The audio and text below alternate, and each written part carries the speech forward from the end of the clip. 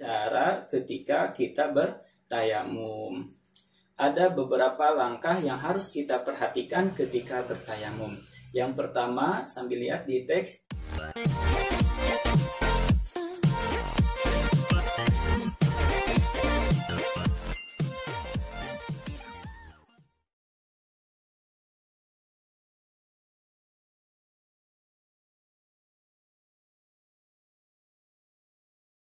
Assalamualaikum warahmatullahi wabarakatuh.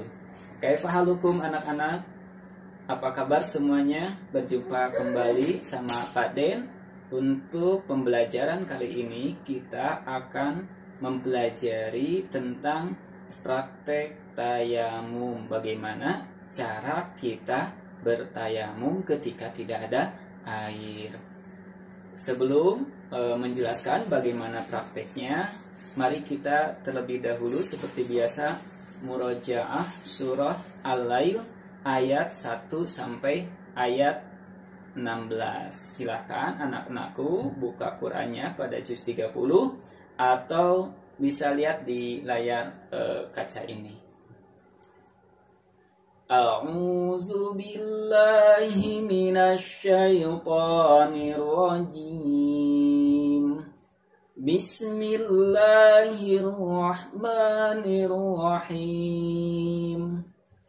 Wal-laili idza yaghsha wan-nahari idza tajalla wa ma khalaqadz-dzakara wal-unsa inna sa'yakum lasyatta فَأَمَّا مَنْ أَعْطَى وَاتَّقَى وَصَدَّقَ بِالْحُسْنَى فَسَنُيَسِّرُهُ لِلْيُسْرَى وَأَمَّا مَنْ بَخِلَ وَاسْتَغْنَى وَكَذَّبَ بِالْحُسْنَى فَسَنُيَسِّرُهُ لِلْعُسْرَى وَمَا يُغْنِي عَنْهُ مَالُهُ إِذَا تَرَدَّى إِنَّ عَلَيْنَا لَلْهُدَى وَإِنَّ لَنَا لَلْآخِرَةَ وَالْأُولَى فَأَنذَرْتُكُمْ نَارًا تَلَظَّى لَا يَصْلَاهَا إِلَّا الْأَشْقَى الَّذِي كَذَّبَ وَتَوَلَّى صَدَقَ اللَّهُ الْعَظِيمُ. Alhamdulillah, kita telah murojaah surat Al-Lail. Mudah-mudahan dengan dibacakannya ayat suci Al-Quran pada pertemuan kali ini mendapatkan keberkahan dari Allah Subhanahu wa Ta'ala. Lanjut saja ke materi, yaitu tentang praktek tayamum. Bagaimana cara ketika kita bertayamum. Ada beberapa langkah yang harus kita perhatikan ketika bertayamum. Yang pertama, sambil lihat di teks, dengan membersihkan terlebih dahulu anggota badan dari kotoran dan najis. Mungkin ada kotoran dari tangan, muka, ya, bekas getah atau bekas yang lainnya yang menghalangi untuk bertayamum, maka kita terlebih dahulu dibersihkan.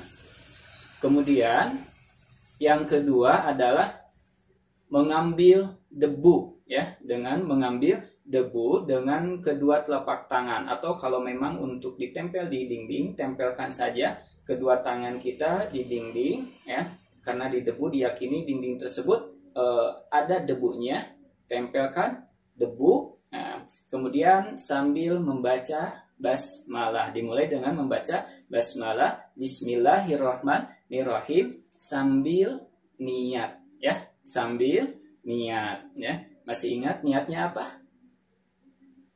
Udah dipelajari pada video sebelumnya, yaitu nawaitut tayammuma listibahatis sholati lillahi ta'ala, ya, sambil niat dalam hati. Kemudian yang ketiganya, meniupkan debu yang ada di tangan, tiupkan, contohnya di tangan ya, atau bisa ditepuk satu kali ya, tepuk satu kali, kemudian diusapkan ke muka. Contoh ya, ada debu di tangan, ditiupkan, kemudian diusap ke muka ya, cukup satu kali saja. Itu yang ketiganya ya. Kemudian selanjutnya kita tempelkan, mengambil debu yang suci ke tangan lagi, atau menempelkan tangan kembali ke dinding atau ke bawah debu yang udah kita siapkan debunya. Kemudian tiup lagi ya, tiup lagi debu tersebut, atau boleh ditepuk satu kali ya, satu kali. Kemudian kita usapkan debu yang ada di tangan kita ya, ditempel ke tangan sebelah kiri ya, sampai sikut ya, seperti halnya berwudu dengan air sampai sikut itu ya. Kemudian ini masih berdebu, kemudian tempelkan ke tangan yang sebelah kanan sampai sikut ya. Seperti itulah untuk praktek wudu ya, tentunya dengan tertib ya, dengan tertib, mulai dari niat, ulangi lagi, kemudian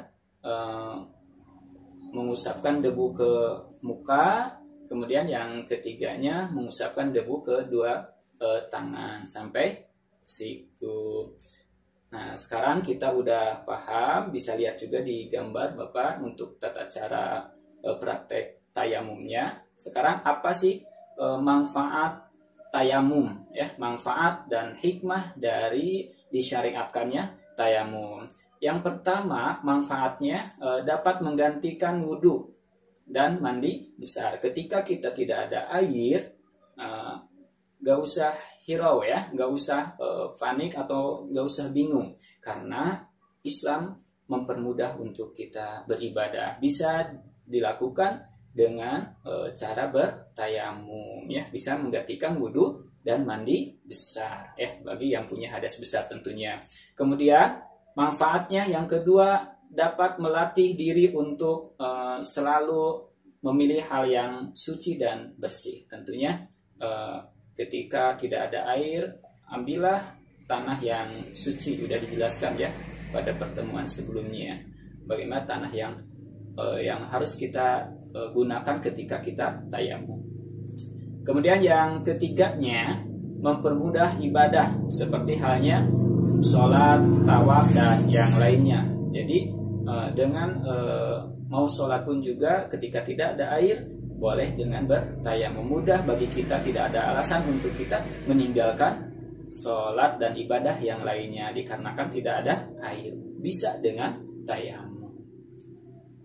Kemudian apa hikmah disyariatkannya tayamum? Di antaranya yang pertama adalah dapat menyucikan diri kita ya, sehingga diri kita, badan kita senantiasa bersih ya dari segala kotoran dan najis ya. Yang kedua, hikmahnya adalah bersyukur dengan disyariatkannya tayamum, berarti tidak memberatkan umat Islam untuk beribadah kepada Allah. Itulah yang bisa Bapak sampaikan dalam pertemuan kali ini. Mudah-mudahan materi yang Bapak sampaikan bermanfaat bagi kalian khususnya, dan umumnya bagi kita semua yang menyaksikan video pembelajaran kali ini. Dicukupkan sekian saja. Akhirul kalam. Wabillahi taufiq wal hidayah. Wassalamualaikum warahmatullahi wabarakatuh.